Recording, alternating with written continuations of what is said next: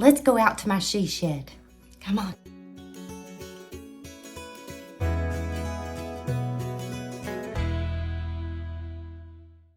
Okay guys, I squirreled. I came out to the garage to show you what I got from Goodwill that I wanted to work on, and my side of the garage is such a mess. We tend to pile things in the corner and just honestly, and I have projects everywhere. I did get sidetracked. I started sweeping the garage floor and loaded the car with some Goodwill stuff to take off.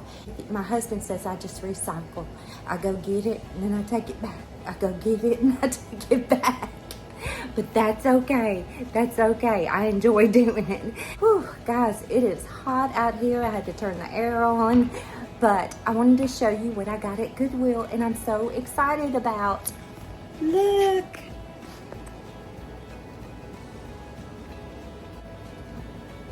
Isn't that cool? How many of you had one of those back in the day? And maybe you still have one. I did. I had one. I think it was just like it.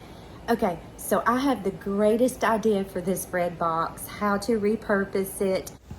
And here we go.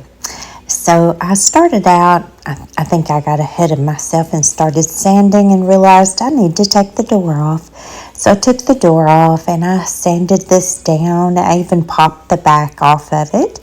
And I have a reason for that. Because keep in mind, I have a plan for this.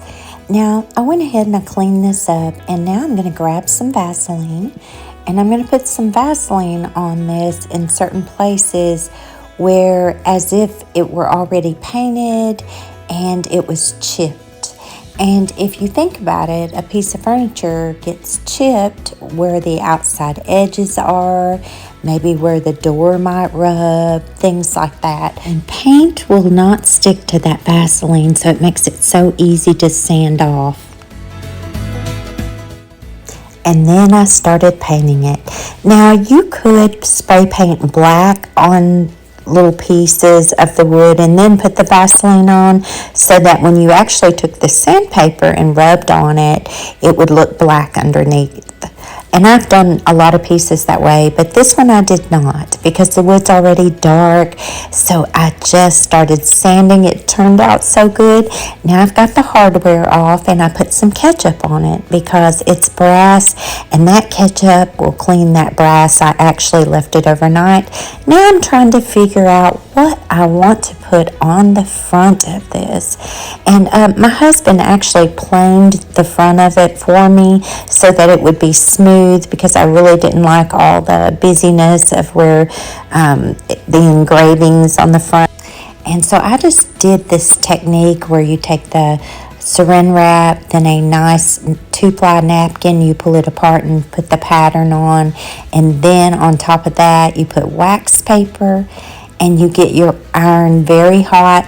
There is no water involved, so no steam, just hot iron, and leave it on there. This took maybe 7 minutes, if that, and then I cut around the edges and it came out perfect. And I had to do a little sanding too, but it came out so good. I was really impressed with this technique. Now I did practice on another piece, so you really have to get that pattern on there really smooth, especially the saran wrap. Okay, so I put the hardware back on, and this is the area that drives me nuts in my house. So my daughter, she picks up her mail and it's usually laying on the end of the bar. We've got cords everywhere and it's at the end of the bar and it's just such an eyesore. So I'm gonna fix this. And I just used some vinyl letters to put on it, and voila, this turned out great. I love it. I love red and white gingham. But what I really love about this is, look, I can hide the cell phone. I'm going to use this for a cell phone charging box. I think I'm even going to buy one of those power strips to put in it so that I can do more than one phone. And I can even hide my daughter's mail.